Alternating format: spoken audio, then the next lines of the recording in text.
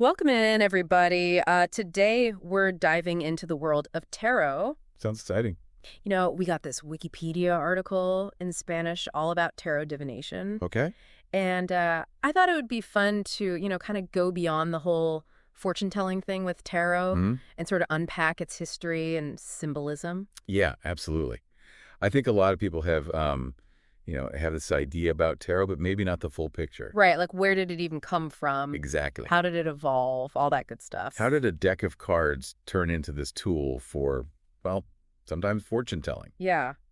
And introspection, like you were saying. Yeah, So I guess first things first, sure. I've always heard that tarot cards have, some ancient Egyptian connection. Is there any truth to that? Well, that's a pretty common misconception, actually. Really? Yeah. The historical evidence points to 15th century Europe as the true birthplace of tarot, Oh, wow. specifically Italy. Italy. Okay, I was picturing pyramids and pharaohs, not Renaissance Italy. That's a little bit of a twist, right? Yeah, it is. Yeah. So we're talking Italy, 15th century. Hmm. Where do we go from there? Well, the oldest known tarot deck, the Visconti Sforza, Okay. was commissioned by a Duke of Milan. Oh, wow. Fancy. Totally for a wedding, even. Can you That's imagine, these elaborate celebrations Yeah. and people are playing tarot? That's so cool. Yeah. So it was like a high society game back then. It seems that way, yeah. Were those decks, though, the same as what we see today? Like, was it 78 cards, all that? Not exactly. Right. Early tarot decks, they weren't standardized at 78 cards. Okay. Some actually had 5 suits. Oh, wow. And the number of trump cards, what we now call the major arcana, Right. that varied too. Interesting. It wasn't actually until the late 15th century that we start seeing those references Okay. to 70 card decks. Got it. And then by the time of the Sola Buscatero in 1491 Mm-hmm. and Boiardo's poem, Tarocchi, the 78 card structure seems to have really taken hold. Okay, so that's when it really solidified into what we know today. Pretty much, yeah. So how did these, trump cards become known as tarot? Like, the name itself sounds so Oh. mystical. It's a cool name. It is. And it has an interesting evolution. Okay. Tarot actually comes from the Italian word trionfi, Okay. which means triumphs. Oh, wow. I like that. Yeah. And these special cards outranked all others in gameplay. Right. So a fitting name for the major arcana, which, Yeah, they hold such symbolic weight. they do. They do. Yeah. So speaking of symbolism, when did this shift from just a simple card game to, this tool for divination? When did that happen? That's a great question. And it's later than you might think. Oh, really? Yeah. It wasn't until the late 18th century that tarot really got its occult makeover, you could say. Wow, okay. Yeah. So who are the key figures then in that transformation? Well, 2 names really stand out. Antoine Court de Gébelin Okay. and Etaille. Okay, I've heard of Italia. Yeah, so Court de Gébelin, he was a French scholar, Okay. and he made this bold claim in his book, Le Monde Primitif, Mm-hmm. that tarot actually originated in ancient Egypt. Oh, so he's the one He is. who's responsible for that myth. Yeah, he kind of perpetuated that, even though he didn't have any real evidence, Wow. but his ideas caught on. They did. Yeah. So Italia then, what did he do? Well, he was a French occultist, Okay. and he really ran with those Egyptian vibes, Okay. He designed the first explicitly esoteric tarot deck, Interesting. adding astrological symbols and, Egyptian motifs. Okay. He really embraced that mystical side of things. So they both kind of reshaped how people viewed tarot. They really did, yeah. It's amazing how their interpretation, even though it wasn't based on, Right. solid evidence, Right. became so influential. It's remarkable, isn't it? It is. It shows how ideas can take root and shape perceptions over time. Yeah. Especially when they tap into, a sense of mystery, Yes. the unknown. Totally. Yeah. Well, now let's talk about the structure of the tarot deck itself. Okay. With its intriguing major and minor arcana. Yes, Those names sound so mysterious. they do, don't they? Like something out of a, fantasy novel. Right. So what is the major arcana? Well, arcanum actually means secret or mystery Oh, in Latin. interesting. So the major arcana, with its 22 cards, Yeah. it represents those profound life themes, Okay. archetypes, even forces of destiny, you could say. Okay, that makes sense. Yeah. And so then the minor arcana, Hmm. are those cards less significant then? Not at all. The minor arcana, with its 56 cards, Okay. divided into 4 suits, Mm-hmm. It dives into those everyday experiences, Okay. the smaller but still impactful moments that shape our lives, you know. Yeah. Think of them as like the details, Right. that color in that grand tapestry woven by the major arcana. I like that. Yeah. So speaking of suits, those have always intrigued me. Mhm. You know, swords, wands, cups, pentacles. Right. What do they represent? Well, each suit is thought to be connected to medieval social classes, Okay. and they each carry their own unique energy. Okay. It's actually a fascinating glimpse into, Oh, yeah. the societal structures of that time. So who are these swords, wands, cups, and pentacles? And, Sure. and what kind of energy are we talking about here? Okay, so imagine you're facing a tough decision. Mm-hmm. That's when you might find the sword suit popping up. Okay. They're associated with the nobility Oh, interesting. and the element of air. Okay. So representing thoughts, ideas, communication, Okay. that need for clear thinking, decisive action, Mm-hmm. much like a noble might have needed in, Right. Yeah. courtly matters. So swords are sharp and precise, just like our minds can be. Yeah, very good. And what about the wands then? The wands, they're all about action, passion, Okay. like a sudden burst of creative energy, right? Got it. They're linked to the peasantry Okay. and the element of fire. Mm-hmm. So willpower, creativity, ambition. Okay. Think about the tireless work of the peasantry, always Yeah. building, Yeah. creating, striving. Yeah, I can see that connection. Right. Now, the cups have always seemed so emotional and intuitive to me. You're spot on.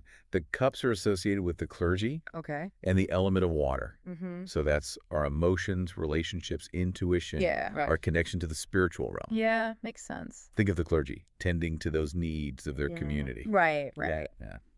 And finally, we have the pentacles, which Yeah. I've always associated with like being grounded and practical. Exactly. Pentacles or coins are linked to merchants Okay. and the element of earth. So they represent material wealth, security, Yeah. abundance, Wow. our connection to the physical world. Got it.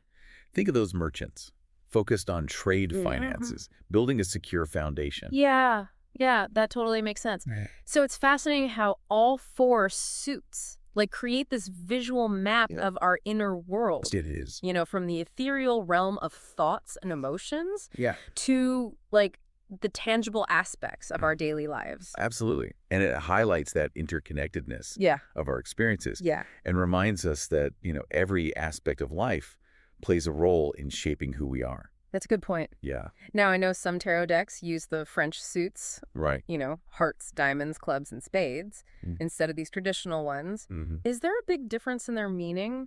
Well, the visual representation might differ, but Yeah. the core meanings Mhm. often remain quite similar. It's like speaking different languages, but expressing the same fundamental concepts. So, regardless of the specific imagery, Mhm. we're still tapping into those universal energy Exactly. archetypes. Yeah, that's one of the things that makes Tarot so fascinating. Mm-hmm. It's a language that transcends cultural boundaries and speaks to that shared human experience. Totally. Yeah. It's amazing how these cards, you know, once used for simple games, Right. have become a tool for self-discovery and, you know, even divination. Mhm. Can you tell us more about, like, Yeah. how tarot readings actually work? Sure. Is it like gazing into a crystal ball? It's definitely more nuanced than that. Okay. A tarot reading involves randomly selecting cards Okay. from a shuffled deck Mm-hmm. and arranging them in specific patterns Okay. called spreads. Spread. So Yeah. it's not just about, like, the Right. individual cards, but also how they relate to each other within the spread. Got it. Okay. The position of each card within the spread Yeah. adds another layer of meaning to Okay. its interpretation. Got it. And there are countless types of spreads, Okay. each designed to, Yeah. address different questions Okay. or aspects of life. So, like, I've heard of, like, Mhm. the Celtic cross Yeah. and the 3-card spread. Right. Are those, like, common examples? Absolutely. The Celtic cross is a classic. Okay. It provides a very comprehensive overview of a situation. Okay. The 3-card spread, on the other hand, is often used for, Yeah. simpler readings. Okay. It might focus on like the past, present, and future, Okay. or a situation's challenges, opportunities, outcomes, things like That's that. it. So once the cards are laid out, in a spread, Mm-hmm. how are they interpreted? Right. Is there like a set rule book? There are definitely, guidebooks Okay. and traditional interpretations Right. associated with each card. Hmm. But, The real magic happens when intuition and personal connection come into play. so it's not just about memorizing meanings, Anyway. but also about tapping into a deeper understanding. Exactly. Okay. A lot of tarot readers believe Mm-hmm. that the cards act as a bridge Okay. to a collective unconscious, Okay. allowing us to access insights that might otherwise remain hidden. So it's like the cards are sparking this conversation Hmm. between our conscious and Mm. subconscious minds. Absolutely. Helping us see things from a new perspective. Mm-hmm. Yeah, no wonder people find them so insightful. Right. Speaking of insightful, I've heard that tarot is used in psychology too, Yeah. particularly by, Yeah. Jungian analysts. Right. What's the connection there? Well, Carl Jung, Mm. he was deeply interested in symbolism Okay. and archetypes, Mhm. those universal patterns of thought and behavior Okay. that reside in our collective unconscious, right? Mm-hmm. Yeah. And he saw a connection between these archetypes and the imagery of tarot cards. Oh, interesting. Yeah. So he believed that tarot cards could offer insights into the human psyche. That's right. Okay. He saw them as a visual representation Hmm. of these archetypal energies. So, for example, Yeah. what would be an example of that? Well, let's take the Hermit card. Okay. With its themes of solitude, Mm-hmm. introspection, Mm-hmm. could represent the need for inner reflection, right? Okay. And that aligns with the Jungian archetype Mm-hmm. of the wise old man Right. who seeks wisdom through solitude and contemplation. So each card is like a window into a different aspect Yeah. of the human experience. Exactly. Yeah, it's fascinating. It is. How something as seemingly simple as, Right. a deck of cards Mm-hmm. can hold so much depth. It speaks to the power of symbolism, right? Yeah. And its ability to connect with us Yeah. on a deeper level. Yeah, totally. Earlier we touched on how tarot is still played. Right. As a regular card game, Mm-hmm. mainly in France. Yeah, It seems so different from the divination and psychological aspects we've Yeah. been discussing. right. Can you tell us more about this version of tarot? Sure.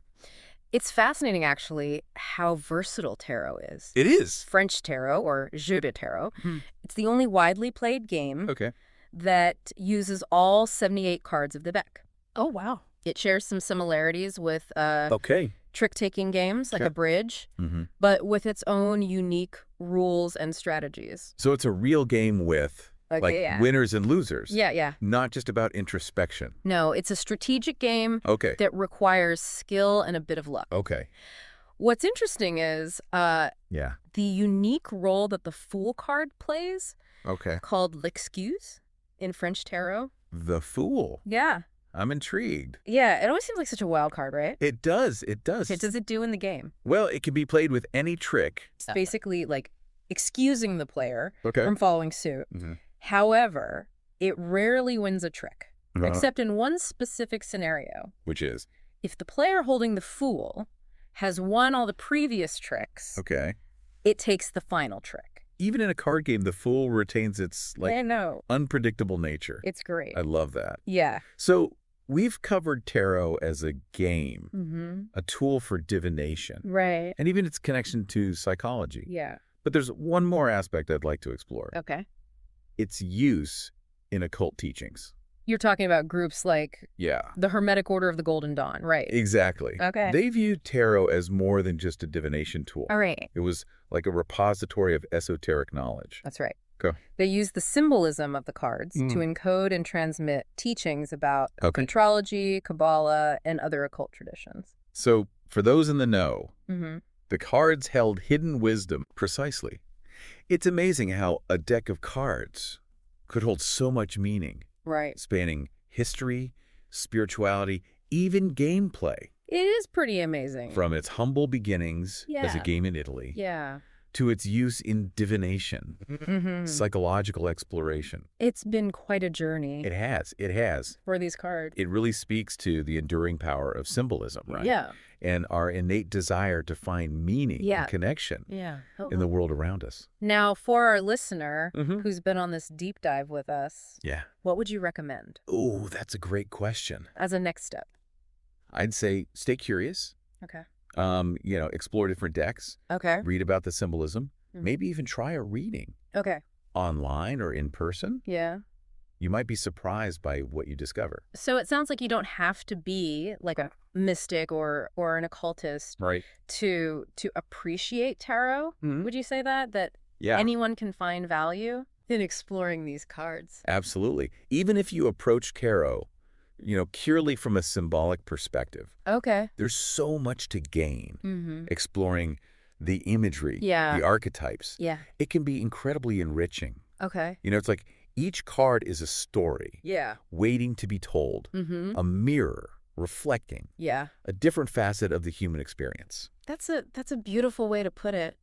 So Right. you don't necessarily have to believe in like fortune telling Mhm. to connect with tarot. Not at all. Okay. You can see it as a tool for self-reflection, almost like a Yeah. visual form of journaling. You know? Yeah. The insights you gain Mm-hmm. are deeply personal, Mm-hmm. subjective. Okay. There's no right or wrong answer, Yeah. only what resonates with you. It's fascinating how something as seemingly simple as a Right. deck of cards can spark such introspection. It speaks to the power of symbolism, right? Yeah. And how it can tap into our subconscious. Mm-hmm.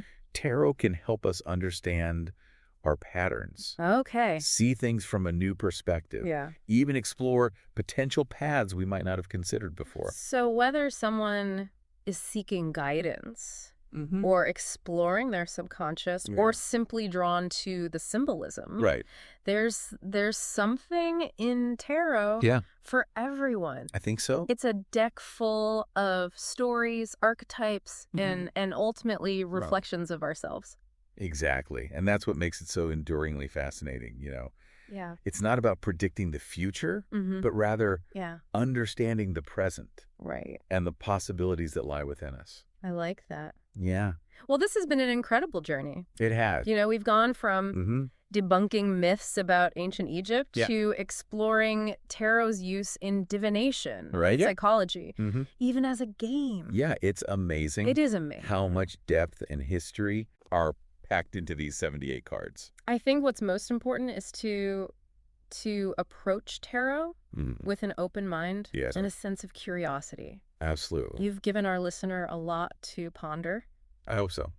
What final thought would you leave them with Oh, let me see. as they continue to explore Mm. the world of tarot? I'd encourage them to remember that Oh. tarot at its heart is a tool for self-discovery. Mm-hmm. It's about asking questions, Yeah. listening to your intuition, Mm-hmm. and trusting the journey. Ooh, I like that. Yeah. Who knows what insights and transformations await? Right.